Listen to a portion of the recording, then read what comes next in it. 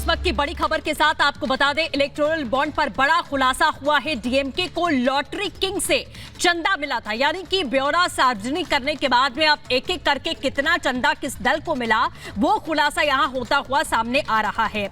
आपको बता दें, फ्यूचर गेमिंग से डीएमके को 509 करोड़ मिले। इसी के साथ में बीजेपी को 6,986 करोड़ का इलेक्टोरल बॉन्ड मिला। बीजेडी की अगर बात करें तो 944 करोड़ चुनावी बॉन्ड बताया जा रहा है और कांग्रेस की बात करें तो 1,334 करोड़ के चुनावी बॉन्ड की जानकारी यहां पर मिलती हुई नजर आ रही है। तो बड़ी जानकारी आपको दे रहे हैं कि जो इलेक्टोरल बॉन्ड को लेकर के जानकारी साझा करने के लिए कहा गया था उस पर बड़ा खुलासा हुआ है, जिसमें बताया जा रहा है कि कांग्रेस को 1,334 करोड़, डीएमके को 509 करोड़, बीजेपी को 6,986 करोड़ का इलेक्टोरल बॉन्ड मिला है। बीजेडी को वही 944 करोड़ के चुनावी बॉन्ड मिले हैं। और आपको बताएं कि डीएमके को लॉटरी किंग से, फ्यूचर गेमिंग से पैसे मिले हैं, 509 करोड़ का चंदा मिला है, ये जानकारी मिली है।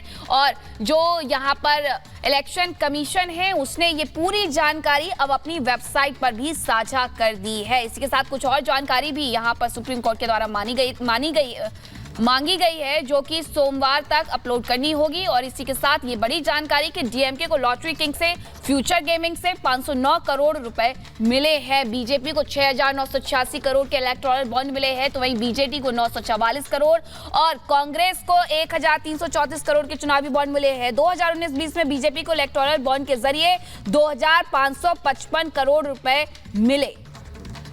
तो बिल्कुल ये बड़ी खबर, ये पूरा डेटा निकलकर सामने आ चुका है। आपको लगातार जानकारी दे रहे हैं। 2019 और 20 में बीजेपी को इलेक्टोरल बॉन्ड के जरिए 2,555 करोड़ मिले थे। तो पूरा डेटा यहां पर सामने आ चुका है। गोपनीयता को लेकर सवाल यहां खड़े हुए थे। तो बीजेपी को इलेक्टोरल बॉन्ड के जरिए 2,555 करोड़ मिले थे। आपको बता दें, फ्यूचर गेमिंग के 509 करोड़ के इलेक्टोरल बॉन्ड डीएमके ने इन कैश कराए हैं। ये इस वक्त की बड़ी खबर मिल रही है। एक एक करके बड़े खुलासे, गोपनीयता को लेकर सवाल भी खड़े किए गए थे, लेकिन इस वक्त लगातार बड़ी खबर आपको बता दें।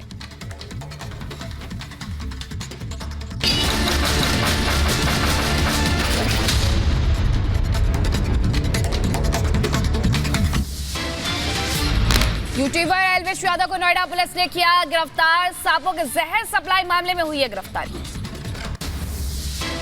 थोड़ी देर में एल्विश यादव को कोर्ट में पेश करेगी पुलिस। 14 दिन की पुलिस रिमांड मांगेगी नोएडा की पुलिस। चुनाव आयोग ने शुरू की चुनावी बॉन्ड की जानकारी, वेबसाइट पर डाली गई है चुनावी बॉन्ड की नई जानकारी।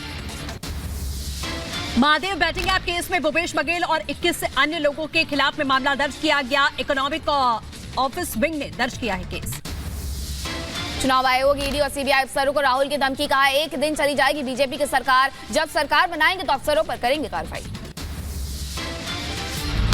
चाहे वो इलेक्शन कमीशन हो, चाहे वो सीबीआई हो, ईडी हो, ये सब हो, ये अब बीजेपी और आरएसएस के हथियार हैं कि किसी ना किसी दिन बीजेपी की सरकार बदलेगी और ऐसी कार्रवाई होगी कि मैं गारंटी कर रहा हूं ये फिर से कभी नहीं होगा। राहुल गांधी के बयान पर सपा ने इसका समर्थन किया। फखरुल हसन ने कहा कि समय आएगा तो जांच भी होगी। आदरणीय राहुल गांधी जी ने उठाया है और इस बात को कहा है कि सत्ता में आने के बाद इन एजेंसियों की जवाबदेही तय होगी, पारदर्शिता लेके आई जाएगी। तो समाजवादी पार्टी समझती है कि ये सवाल बिल्कुल जायज है। आदरणीय राहुल गांधी जी ने जो बात कही है उसका समाजवादी पार्टी समर्थन करती है। परिवारवाद पर केंद्रीय मंत्री गिरिराज सिंह का विपक्ष पर हमला, का स्वार्थी लोगों का गठबंधन है। इंडी गठबंधन पारिवारिक राजनीति को देना चाहते हैं बढ़ावा। इंडी गठबंधन है, ये स्वार्थों के आधार पे गठबंधन है, परिवारवाद का गठबंधन है और सबके ऊपर लगे आरोपों का गठबंधन है। चुनाव को लेकर बोले बिहार के पूर्व डिप्टी सीएम तेजस्वी यादव, कहा इस बार बिहार में आश्चर्यजनक परिणाम आएंगे। 10 साल में कोई काम नहीं हुआ, बीजेपी को रोकेगी बिहार की जनता। बिहार जो है इस बार चौंकाने वाला रिजल्ट देगा। केंद्र सरकार के 10 साल में बिहार के लिए क्या किया। उत्तराखंड में कांग्रेस को लगा बड़ा झटका, कांग्रेस विधायक राजेंद्र भंडारी बीजेपी में हुए शामिल। चुनाव से पहले यूपी में सपा को लगा बड़ा झटका। पूर्व सपा सांसद देवेंद्र सिंह यादव ने छोड़ी पार्टी, बीजेपी में शामिल हुए देवेंद्र सिंह यादव। महाराष्ट्र में एमवीए में सीटों के बंटवारे पर बोले संजय राउत, का सीटों की पहचान का काम जारी है, कल तक तय हो सकता है सीट शेयरिंग का फॉर्मूला।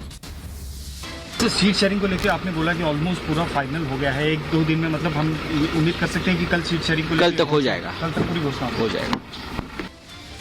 राहुल गांधी की यात्रा पर नेशनल कॉन्फ्रेंस प्रमुख फारूक अब्दुल्ला का बयान, कहा देश को एकजुट करने का काम कर रहे हैं राहुल गांधी। राहुल गांधी जी ने पहले साउथ से नॉर्थ किया था, आज ये ईस्ट से वेस्ट आ गए और भारत को जोड़ने की कोशिश कर रहे हैं। हमारे सेक्युलर कैरेक्टर को, हमारी जो परंपरा है, उसको मजबूत करने की कोशिश कर रहे हैं। कांग्रेस नेता जयराम रमेश का बयान, का कार्य समिति की बैठक के बाद जारी होगा घोषणा पत्र। लोकसभा चुनाव से पहले तेलंगाना में बीआरएस को झटका, बीआरएस सांसद डॉक्टर रंजीत रेड्डी ने पार्टी से इस्तीफा दिया। गांधी परिवार ने छोड़ी अपनी पारंपरिक सीटें, सूत्रों के हवाले से जानकारी, रायबरेली से प्रियंका और अमेठी से राहुल का चुनाव लड़ने से इनकार। एक बार फिर आरएसएस के सरकारवाहक बने दत्तात्रेय होस बोले, कहा लोगों के दिलों में उतर रहा है संघ, समाज में संघ का प्रभाव भी बढ़ रहा है और समाज में संघ के प्रभाव बढ़ते जा रहा है। श्री राम जन्मभूमि और उस पर एक मंदिर, यह भारत के सभ्यता का प्रतीक है, संस्कृति का प्रतीक है। चुनाव से पहले सीएम भजन लाल से मिले निर्दलीय विधायक चंद्रभान सिंह, सीएम आवास पर मुलाकात की। ओम प्रकाश राजभर का बड़ा बयान, कहा जनता ने मोदी जी को पीएम बनाने का मूड बना लिया है, किसी की भी दाल नहीं गलेगी। पूरे प्रदेश में, पूरे देश में, चाहे महाराष्ट्र से लेके, गोवा से लेके, गुजरात से लेके बंगाल तक, किसी की दाल गलने वाली नहीं है। जनता मन बना चुकी है और विपक्ष खुद मन बना चुका है माननीय नरेंद्र मोदी जी को प्रधानमंत्री बनाने के लिए।